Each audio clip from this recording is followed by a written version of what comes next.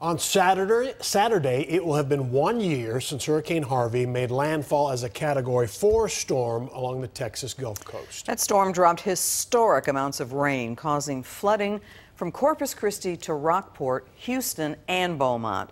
According to FEMA, the storm caused more than $125 billion worth of damage in Texas and Louisiana during its week of destruction.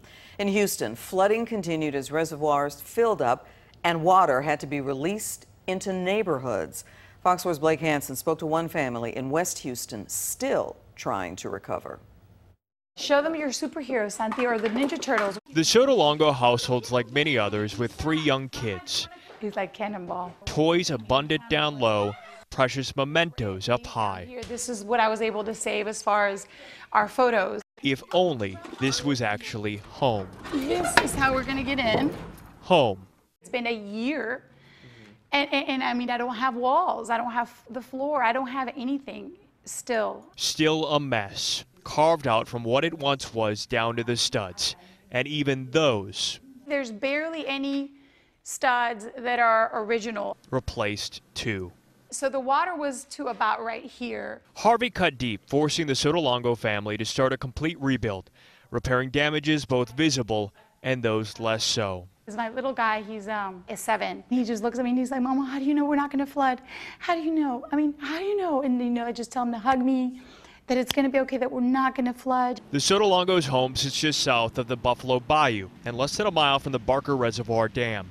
The dam officials released water from to relieve pressure, which eventually ended up in several surrounding neighborhoods' homes, and the water stayed for 2 weeks.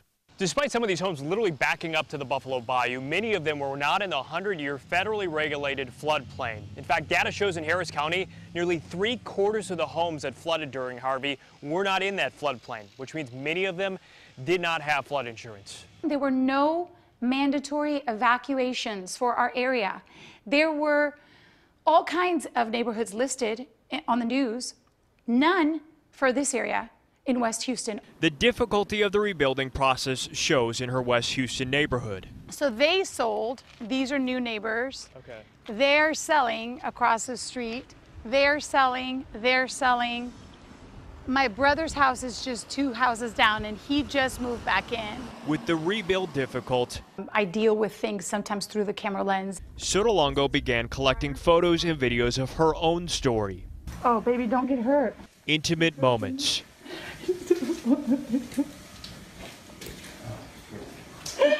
Some inspiring. All right, my house has been saved by angels who came in from New York. Others heartbreaking, including talks with neighbors who lost much more than just their home. And they got him out that second Friday after the storm, so 2 weeks afterwards. The collection of interviews and videos will be part of a documentary telling the story of a storm still taking a toll 1 year later. People just think, oh, Harvey came and left. I mean, Harvey is, not left. It's here, it's kind of tried to break us. It's flooded us, but I always say, it hasn't broken us. It has made us stronger, but it just doesn't take away the hardship. It's still going on. In Houston, Blake Hansen. We're strong believers, in that things happen for a reason. Fox 4 News. FEMA says nearly 8 million Texans were affected by Hurricane Harvey. A year later, 60 counties remain under state-issued disaster declaration.